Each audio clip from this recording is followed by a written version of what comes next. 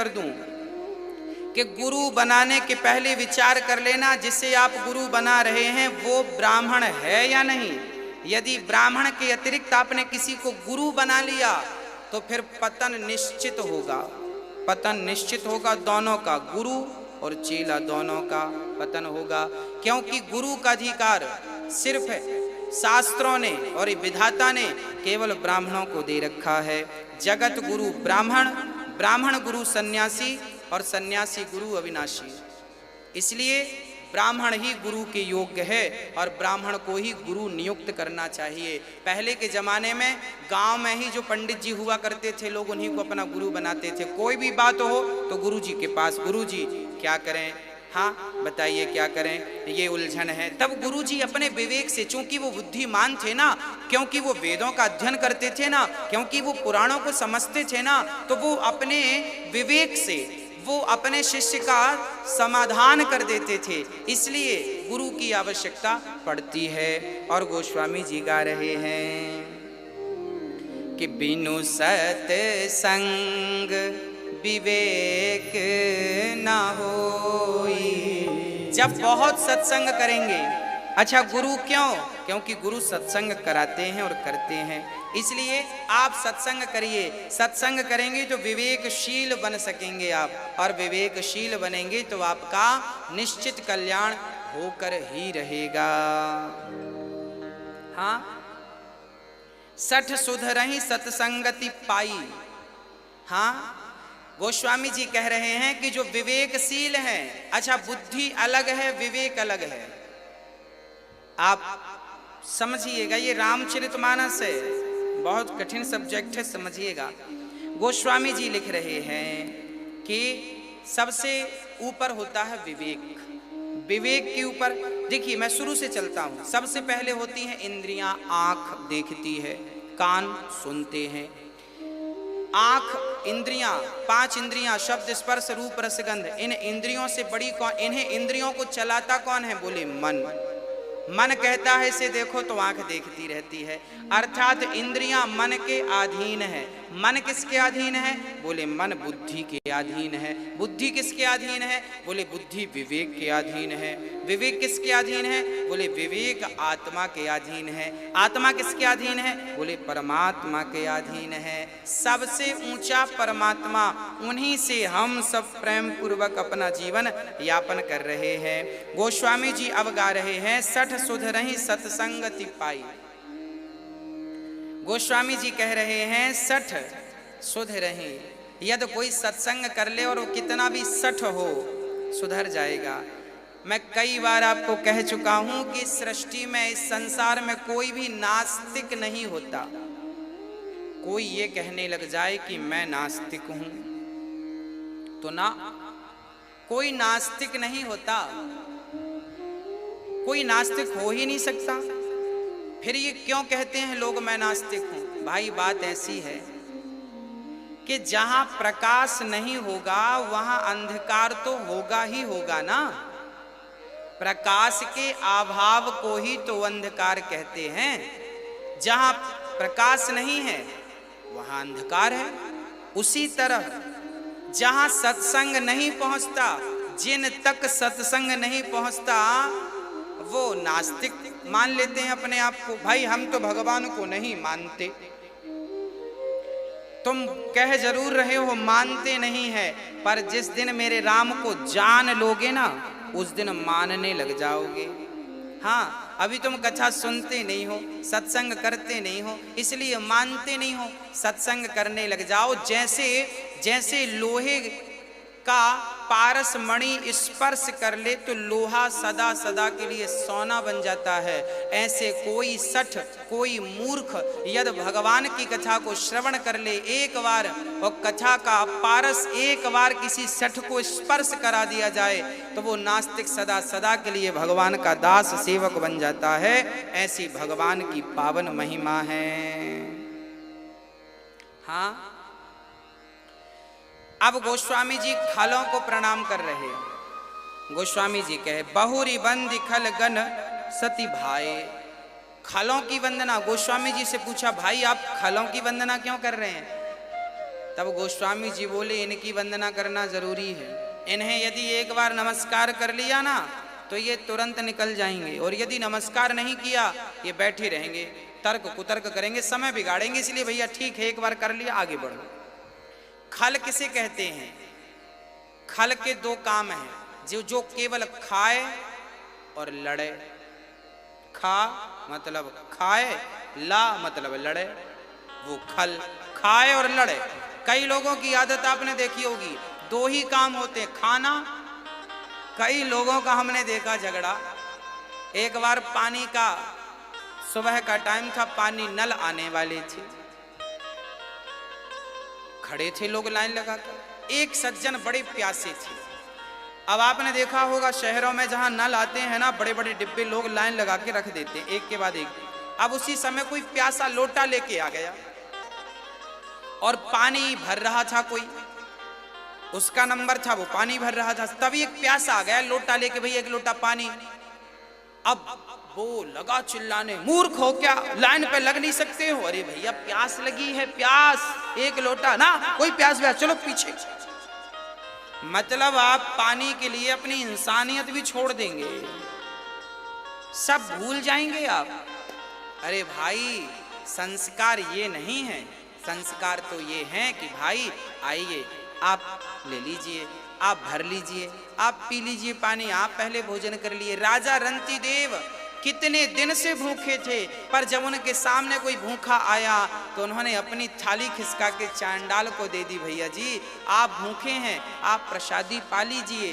राजा रंती देव 63 दिन से भूखे थे, 63 भूखे थे। आज इनके पास भोजन की थाली आई, इनकी पत्नी और इनका बच्चा, 3 प्राणी थे, और तीनों जब भोजन करने बैठे तभी एक चांडाल कुत्ते लेकर आया, और कुत्तों को लेकर चांडाल ने कहा महाराज बड़ी भूख लगी है। रंती देव ने अपना भोजन दे दिया, खा लिया, बोला अभी पेट नहीं भरा, तो पत्नी ने अपना दे दिया, बोले अभी पेट नहीं भरा, तो उसने बच्चे 5 साल का नन्हा सा, ये शास्त्रोक्त बातें हैं, दे दिया। और जब खा लिया उस चांडाल ने, तब रंती देव अपनी पत्नी को देखते हैं और मुस्कुराते हैं, देखना भगवान की कितनी बड़ी कृपा है, भोजन नहीं मिला तो क्या हुआ, भगवान की कृपा से गिलास भर पानी तो है। पानी पीने वाले थे कि चांडाल ने कहा हमारे कुत्ते प्यासे हैं, आप कृपा करें तो कुत्तों को पानी, तो पानी अपने मुंह का पीते हुए एक घूंट पी ना सके, और रंती देव ने पानी खिसका दिया, कुत्तों ने पानी को पी लिया। तब राजा रंती देव ने भगवान को धन्यवाद दिया, प्रभु आज कम से कम मेरा अन्न और मेरा जल किसी की प्यास बुझाने के काम तो आया, आज मैं किसी के काम तो आया, मैं किसी की भूख मिटाने के काम तो आया। इसलिए कहता हूं भक्तों, आप भी किसी की भूख मिटाइए, आप भी किसी की प्यास मिटाइए, भगवान आपकी भूख और आपकी प्यास मिटाएंगे। आप किसी की चिंता करेंगे तो विधाता आपकी चिंता करेंगे। इसलिए हम कहते हैं कि आप भी अन्नदान करते रहिएगा, सेवा करते रहिएगा। राजा रंती देव को पुनः भगवान प्रकट होकर और आपको दर्शन देते हैं। गोस्वामी जी गा रहे हैं, बिछुरत एक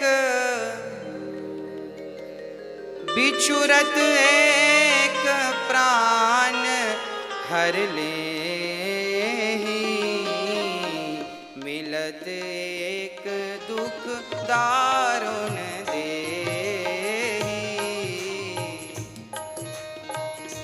अब गोस्वामी जी गा रहे हैं कि संतों का ऐसा प्रेम है कि एक सत्संगी जब मिलता है ना तो बड़ा सुख मिलता है, और एक कुसंगी जब मिलता है बड़ा दुख मिलता है।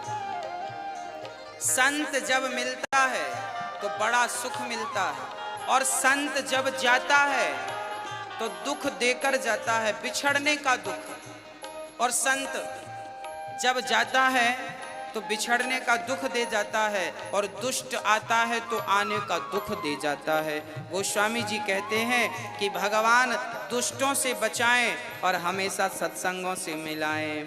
गोस्वामी जी कह रहे हैं कि जड़ चेतन गुण दोषमय विश्व कीन करतार, संत हंस गुण गाहि पय परिहरि बारी विकार।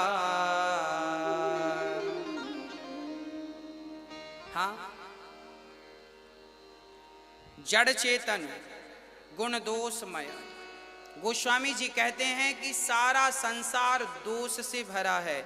इस संसार में ऐसा कोई नहीं है जिसमें कोई ना कोई दोष ना हो। संसार का हर प्राणी दोष से डूबा है, दोष में लिपटा है, दोषी है। फिर क्या करें?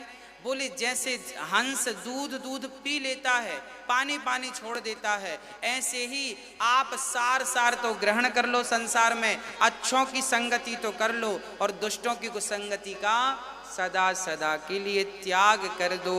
अब गोस्वामी जी सबको प्रणाम कर रहे हैं। सब में ईश्वर का दर्शन करते हुए सबको नमस्कार कर रहे हैं। राम नाम को प्रणाम करते हैं, दशरथ जी को प्रणाम करते हैं, कौशल्या माँ को प्रणाम करते हैं, श्री उर्मिला मैया को प्रणाम करते हैं, श्री सारे जनों को, सरयू मैया को, अयोध्या धाम को, सबको गोस्वामी जी ने प्रणाम किया। और अंत में क्या कहा? बोले सिय राम मैं सब जग जानी, करहूं प्रणाम जोर जुग पानी। जानी कृपा कर किंकर मोहू, सब मिल करहूं छाणी छल छो। गोस्वामी जी कह रहे हैं कि आप सभी को भगवान जानकर मैं प्रणाम करता हूं, मुझे दास जानकर, मुझे अपने चरणों का, गोस्वामी जी कह रहे हैं कि मैं, अर्थात गोस्वामी जी कह रहे हैं कि मैं आप सभी के चरणों का दास हूँ। आपके चरणों की धूल से ज़्यादा मेरी अपनी कोई हैसियत नहीं है, ऐसा गोस्वामी जी गा रहे हैं। ऐसा पावन श्री गोस्वामी जी महाराज कह रहे हैं। और बढ़िया सा राम नाम गा रहे हैं। और राम नाम की महिमा किस प्रकार गोस्वामी जी गा रहे हैं कि राम का नाम, ओ राम का नाम लेकर जो मर जाएंगे, राम का नाम लेकर जो मर जाएंगे, वो अमर नाम दुनिया में कर जाएंगे। अब क्या कह रहे हैं कि कैसे भी हो सब में राम नाम का दर्शन करिएगा। सब में चाहे माँ हो, पिता हो, बहन हो, स्त्री हो, पुरुष हो, जीव हो, जंतु हो, मछली हो, हाथी हो, जैसे मिट्टी के घड़े में मिट्टी के अतिरिक्त कुछ नहीं है, उसी प्रकार इस सृष्टि में मेरे राम के अतिरिक्त कुछ नहीं है। सर्वम खलविदम ब्रह्मा। सच्चाई यह है कि यदि सद्दृष्टि से देखा जाए तो इस दुनिया में परमात्मा के सिवा कुछ है नहीं। हाँ, दिखता बहुत कुछ है, पर जाके रही भावना जैसी, प्रभु मूरत देखी। हाँ, तो गोस्वामी जी कह रहे हैं कि जो राम का नाम गाएंगे और राममय संसार को देखेंगे, निश्चित ऐसे पतित पावन हो जाएंगे। गोस्वामी जी मंगल भवन अर्थात राम जो मंगल के भवन हैं, अमंगल के हारी हैं, ऐसे राम को प्रणाम करते हैं। और अब पावन सी कथा में गोस्वामी जी महाराज प्रवेश करते हैं। और पहुंचते हुए श्री गोस्वामी जी कह रहे हैं कि सभी को चाहिए कि राम नाम मणि दीप धरूं, जी है देहरी द्वार, तुलसी भीतर बाहिरो, जो चाहत उजियार। अर्थात हम सभी को चाहिए कि अपनी जिह्वा पर अपने राम नाम को रखें, ताकि संसार भी आनंदित हो, प्रकाशित हो, और मरने के बाद वहाँ भी आनंद हो, प्रकाश मिले। राम नाम ही हमें भवसागर से पार लगा सकता है।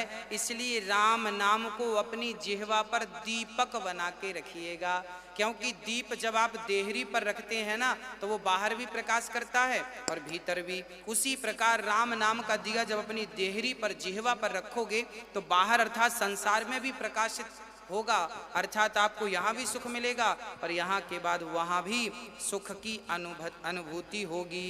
एक बार क्या हुआ, अब गोस्वामी जी पावन चर्चा को गा रहे हैं। गोस्वामी जी कह रहे हैं कि देखो एक दिन क्या हुआ कि प्रयागराज में बहुत सारे संत इकट्ठे हुए प्रयागराज में, और प्रयागराज में वहां सारे संतों ने प्रयाग स्नान किया। माघ का महीना था, सब लोग पहुंच रहे थे कि वहीं पर स्नान करते हुए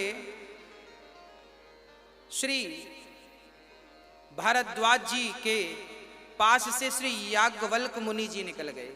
याज्ञवल्क्य जी एक संत थे, प्रयाग स्नान करने आए थे, और श्री भारद्वाज जी जो संत थे ये प्रयागराज में रहा करते थे, इनकी कुटिया प्रयागराज में थी। तो याज्ञवल्क्य जी जब आए तो याज्ञवल्क्य जी जब स्नान करके प्रयाग का जब जाने लग गए, अच्छा संतों की भी अपनी एक महिमा है। संतों को गोस्वामी जी ने खूब प्रणाम किया, संतों को खूब स्नेह किया गोस्वामी जी ने। हम में और संतों में केवल इतना ही अंतर है। एक बार क्या हुआ, एसी कोच में, फर्स्ट एसी में, ट्रेन में, एसी कोच में फर्स्ट में एक महात्मा जी बैठे थे। उनकी अपनी बढ़िया सीट थी और सामान भी था, सामान उनने रख रखा था। संत जी यात्रा कर रहे थे, तभी एक व्यक्ति सामने वाली सीट में आया और सामने वाली सीट में आकर महात्मा को देखने लगा और कहने लगा, लो एसी में यात्रा कर रहे हैं महात्मा लोग, वो भी फर्स्ट। अब बताओ, अब देखो ये महात्मा है, कैसे महात्मा है भाई, हम भी तो ऐसे ही हैं। अब सामान भी दिख गया बाबा जी का, ये सामान आपका है? बाबा जी ने कहा हाँ। अब तो और गर्म हो गए, लो बाबा हो, इतना सामान की क्या जरूरत है। मतलब वो रास्ते में संत की खोपड़ी खाने लगा, ये एसी में क्यों चल रहे हैं, इतना सामान क्यों लिए हैं। अब वो लगा बड़बड़ाने, बाबा जी चुपचाप सुनते रहे, कोई प्रत्युत्तर नहीं दिया। बहुत गर्म हुआ। थोड़ी देर बाद साधु ने, साधु स्वभाव है, कपास की तरह इनका स्वभाव निर्मल है, संत ने दोस्ती कर ली। भाई बस गुस्सा त्याग दो, ये बताओ आप कहाँ जा रहे हैं? कहा फलानी जगह जा रहे हैं। संत थोड़ी सी बातचीत करने लग गए, उस आदमी से संत जी ने दोस्ती कर ली। आगे स्टेशन आया, यूं ही स्टेशन रास्ते में, तो संत जी और वो दोनों ही पानी पीने के लिए, पानी की बोतल खरीदने के लिए उतर गए। अब जब दोनों ही उतरे, थोड़ी देर में ट्रेन चल पड़ी, और जब ट्रेन चली तो वो आदमी दौड़ पड़ा। संत जी ने हाथ पकड़ लिया, कहाँ जा रहे हो? अरे बोले ट्रेन चलने लगी, चलो चलो। संत जी बोले ना ना, ट्रेन जा रही है, जाने दो, दूसरी आएगी उसमें चलेंगे। अरे ना ना ना, हमारा सामान रखा है। संत जी बोले सामान तो हमारा भी रखा है। ना ना ना ना, हमारा सामान हम छोड़ नहीं सकते। संत जी बोले तो हम तुम्हें नहीं छोड़ सकते। अब संत जी ने कस के पकड़ लिया, ट्रेन जा रही है। अब वो लगा चिल्लाने, बाबा जी छोड़ दो छोड़ दो। संत जी बोले पहले तू ये बता कि तुझ में और मुझ में अंतर है कि नहीं? तू बार बार पूछ रहा था ना कि तुम में और हम में क्या अंतर है। तुम भी एसी में बैठे हो, हम भी एसी में बैठे, तुम्हारा भी सामान इतना, हमारा केवल तुमने कपड़े बदल लिए, कपड़े रंगा लिए तुमने। संत जी बोले अब बता जल्दी से, तुझ में और मुझ में कोई अंतर है कि नहीं? बोला हाँ हाँ अंतर है। संत जी बोले बता क्या अंतर है? तब उस आदमी ने कहा कि सामान तो मेरा भी ट्रेन में है, सामान तो आपका भी ट्रेन में है, पर आप अपने सामान को चुटकी में छोड़ सकते हैं और हम अपने सामान को जीवन भर छोड़ नहीं सकते। यही अंतर है गृहस्थी में और संत में। संत के अंदर त्याग होता है, संत के अंदर त्याग होता है। संत चिपकते नहीं हैं माया से, धन से, और हम सभी लोग संसार से चिपके हुए हैं। जैसे कच्ची रोटी तवा में चिपक जाती है, ऐसे हम लोग भी अपने बच्चों से, अपनी पत्नी से, अपने काम से, अपने बिजनेस से चिपके हुए हैं। छूटता नहीं है बिल्कुल, हाँ छूटता नहीं है। जबकि संत सबके बीच में रहते हैं, सबके साथ रहते हैं, पर सबके साथ सबके बीच में रहकर वो वैसे ही हैं जैसे कमल में रहता हुआ कीचड़ सबसे अलग होता है, ऐसे संत अलग हैं सबके बीच में रहते हुए। इसलिए गोस्वामी जी ने संतों को प्रणाम किया और भरद्वाज मुनि ने याज्ञवल्क्य जी के चरण पकड़ लिए और याज्ञवल्क्य जी से प्रश्न किया। श्री भरद्वाज मुनि ने बिठाया और अब यहाँ से राम कथा स्टार्ट की। श्री भरद्वाज जी ने प्रश्न किया कि एक राम अवधेश कुमारा, तिन कर चरित विदित संसारा। यहाँ पर श्री याज्ञवल्क्य जी से भरद्वाज मुनि प्रश्न कर रहे हैं कि एक राम अवधेश कुमारा, एक राम तो दशरथ जी के बेटे हैं। हाँ, एक राम वो है जो सीता के वियोग में जंगल जंगल घूम रहे हैं, सीता सीता सीता। और एक राम वो है जिन्हें हम ब्रह्म कहकर पुकारते हैं। तो याज्ञवल्क्य जी से प्रश्न किया है श्री भरद्वाज मुनि ने, क्या ये राम एक ही है या अलग अलग राम हैं? तब याज्ञवल्क्य जी बोले, देखो वैसे तो आप सब जानते हैं, पर फिर भी लोगों का कल्याण हो, लोगों का हित हो, इसलिए आपने बड़ा उत्तम प्रश्न किया। राम भगत तुम मन क्रम बानी, चतुराई तुम्हारी मैं जानी। तब श्री गोस्वामी जी लिख रहे हैं कि याज्ञवल्क्य जी अब भरद्वाज जी के पास बैठ गए और कथा सुनानी शुरू कर दी। कहते हैं कथाएं तब तक नहीं निकलती तब जब तक कोई जिज्ञासु श्रोता ना हो। इसलिए कभी भी संत के पास जाओ तो भगवान की कथा ही पूछो, आत्म कल्याण का साधन ही पूछो। व्यर्थ की बकवास, व्यर्थ की बातें तो आप करते ही रहते हैं, ये संतों से मत किया करो। तब गोस्वामी जी लिख रहे हैं कि याज्ञवल्क्य जी जब ये उत्तर देने लगे तो उन्होंने कहा, भरद्वाज जी वैसे तो आप ज्ञानी हैं, सब जानते हैं, फिर भी सुनो। अच्छा, भगवान को लेकर संदेह भरद्वाज जी को था नहीं, पर संदेह जैसा अभिनय कर रहे हैं। कई लोग प्रश्न करते हैं, गुरु जी ये बताओ राम कितने हैं?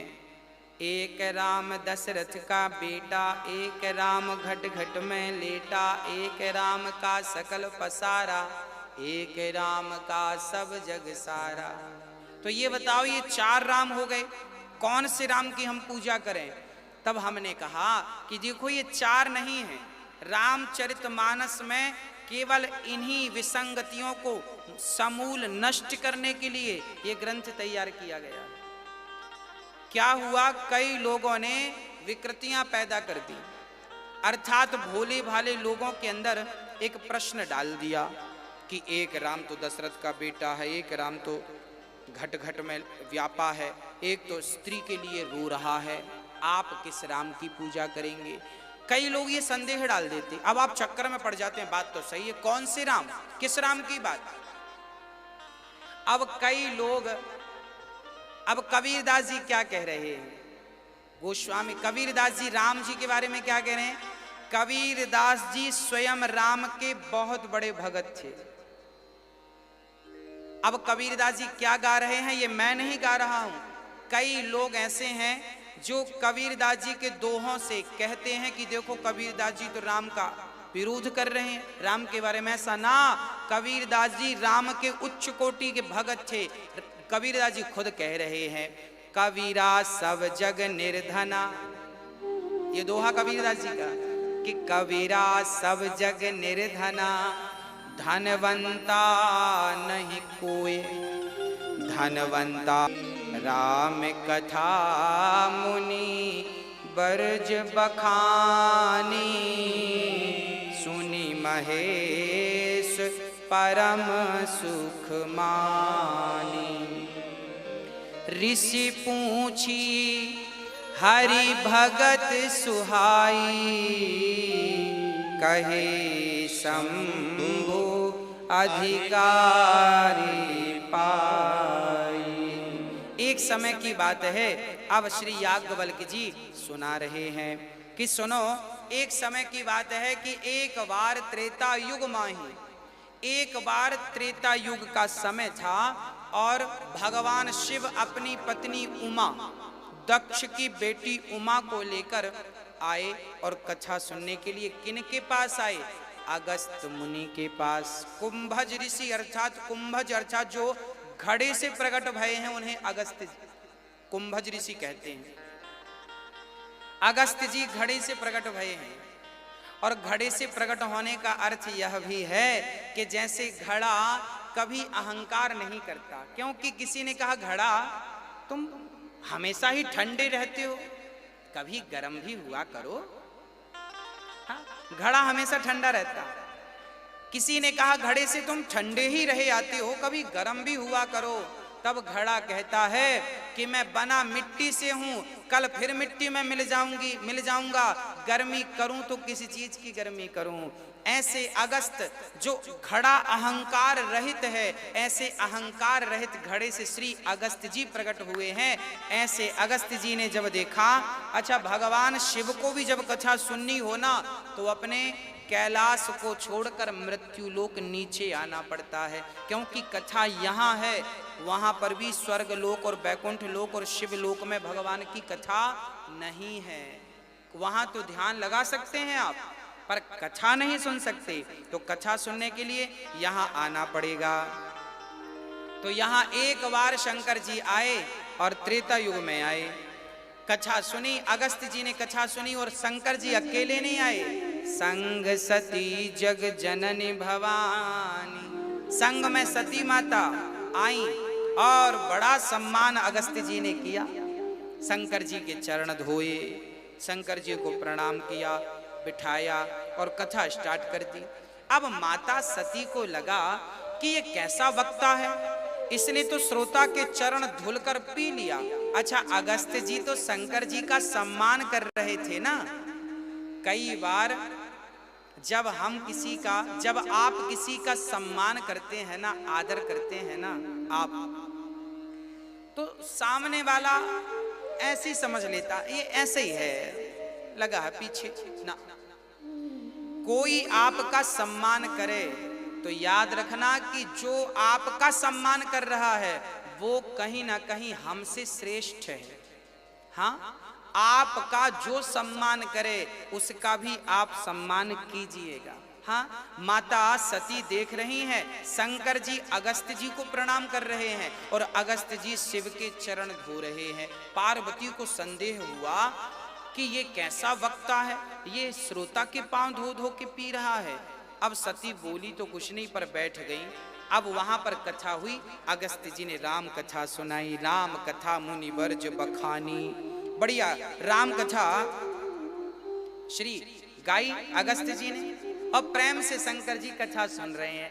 अच्छा शंकर जी तो कथा सुन रहे हैं, अगस्त जी तो कथा सुना रहे हैं, पर माता जी का मन नहीं लग रहा। क्यों?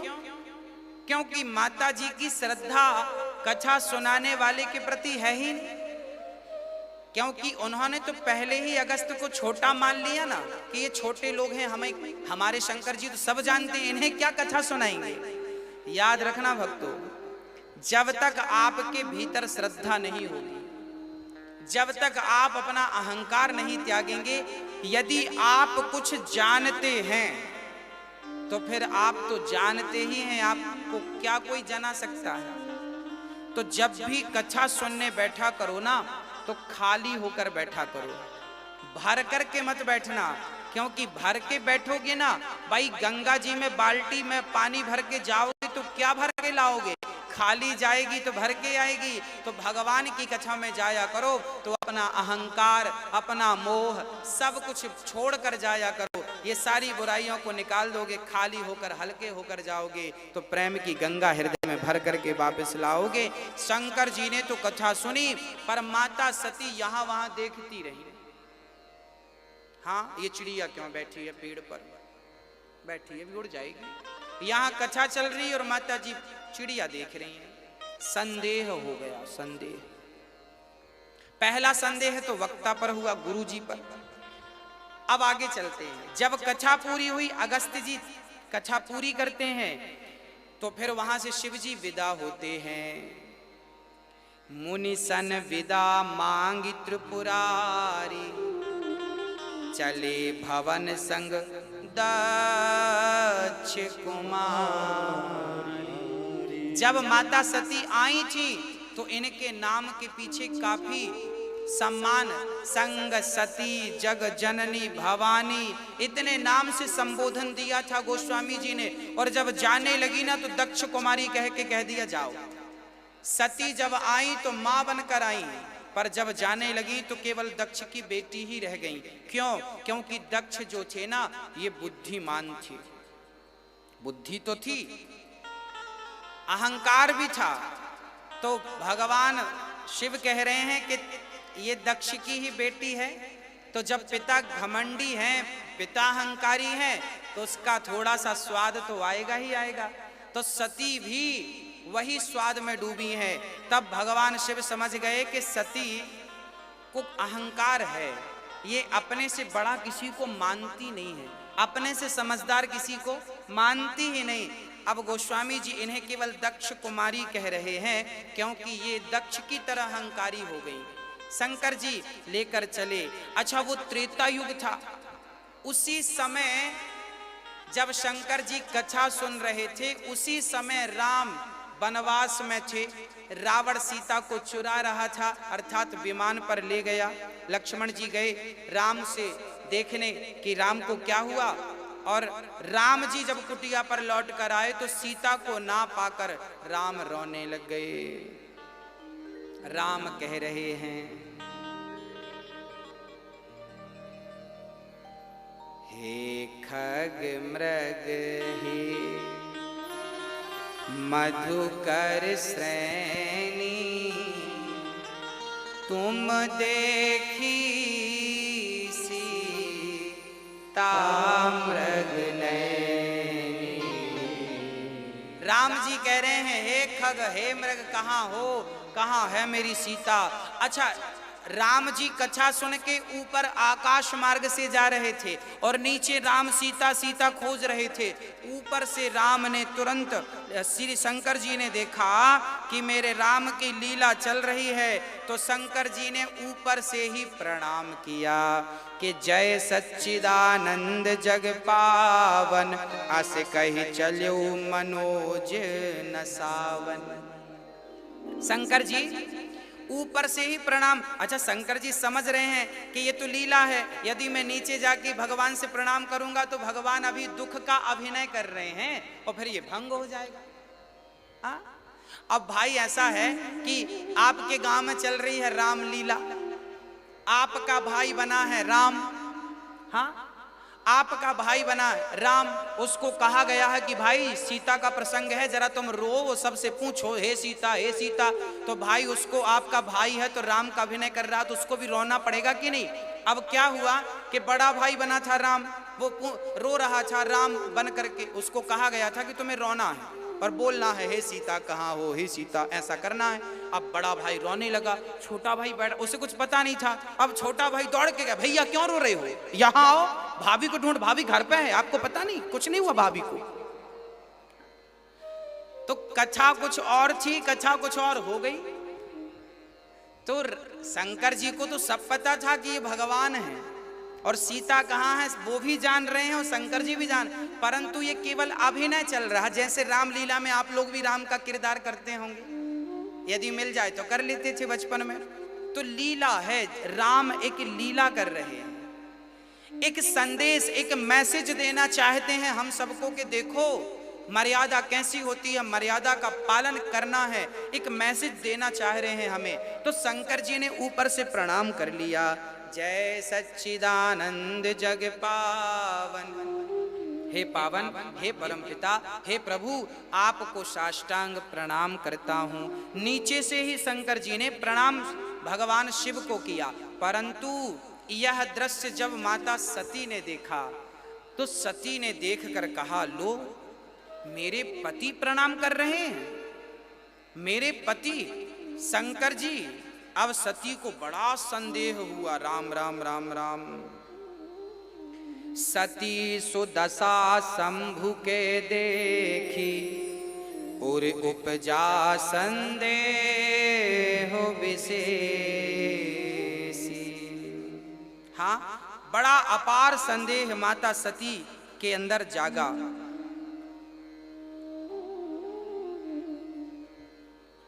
सती सुदशा